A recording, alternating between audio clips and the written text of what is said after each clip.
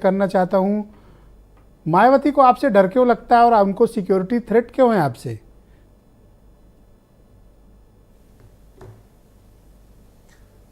देखिए ब्रजेश जी, अब आदरणीय मायावती जी क्या सोचती हैं, क्या बोलती हैं, किसके कहने पर बोलती हैं, क्यों बोलती हैं, ये तो वही साफ करेंगी।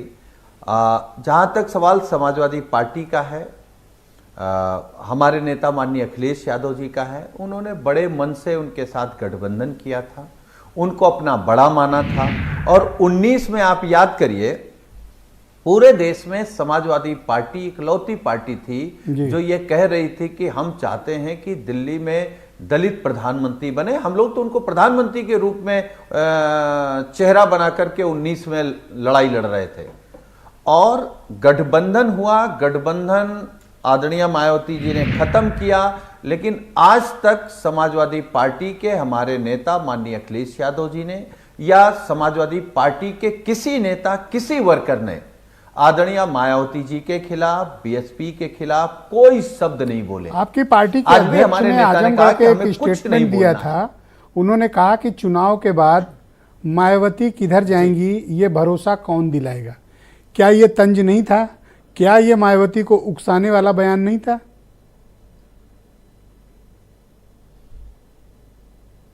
नहीं, देखिए ब्रजेश जी, कभी कभी अगर आप सच्चाई बोलते हैं, अगर सच्चे मन से आप कोई हमसे सवाल करेंगे तो हम उसको तंज नहीं कहेंगे।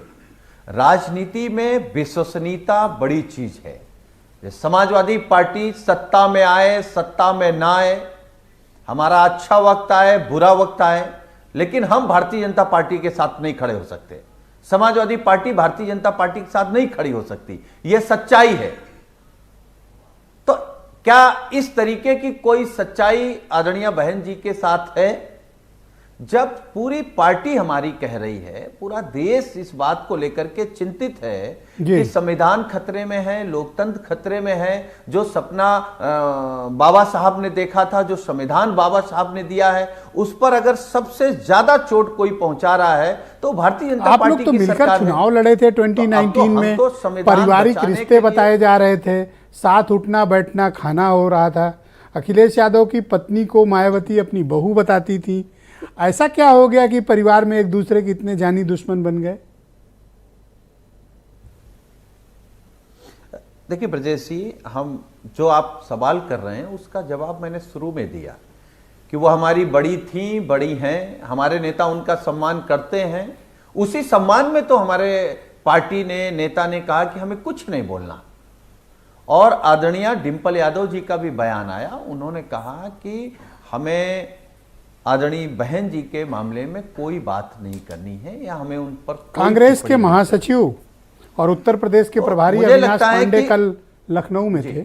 एक स्टेटमेंट दिया है उन्होंने कि हमारी पार्टी के कुछ बड़े लोग जी, कुछ नेता, कुछ लोग टच में हैं मायावती के। आज छपा है अखबारों में। अब मुझे लगता है कि देखिए, हम लोग तो अच्छे मन से, खुले मन से और बड़े मन से इंडिया गठबंधन में हैं।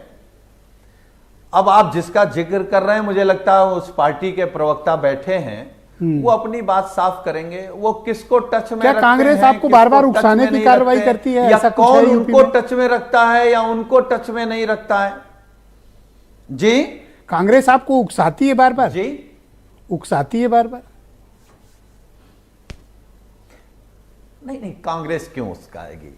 मतलब कांग्रेस जो आपसे इतनी नाराज हैं, आपको भला बुरा कह रही हैं, आपके नेता कह रहे हैं उन पर भरोसा नहीं है, कांग्रेस के एक बड़े नेता कहते हैं टच में है, ये बात खलती नहीं है? खलती होगी। देखिए ब्रजेश जी, कांग्रेस देश में विपक्ष की सबसे बड़ी नेता है और बड़ी पार्टी है। वो स्वाभाविक है कि कहीं ना कहीं टच में होंगे। आज आगे बढ़ के खेल नहीं पा रहे हैं। आज कांग्रेस के कई बड़े नेता भी BJP. Thank you Sunil ji, मेरे साथ जुड़े रहिएगा।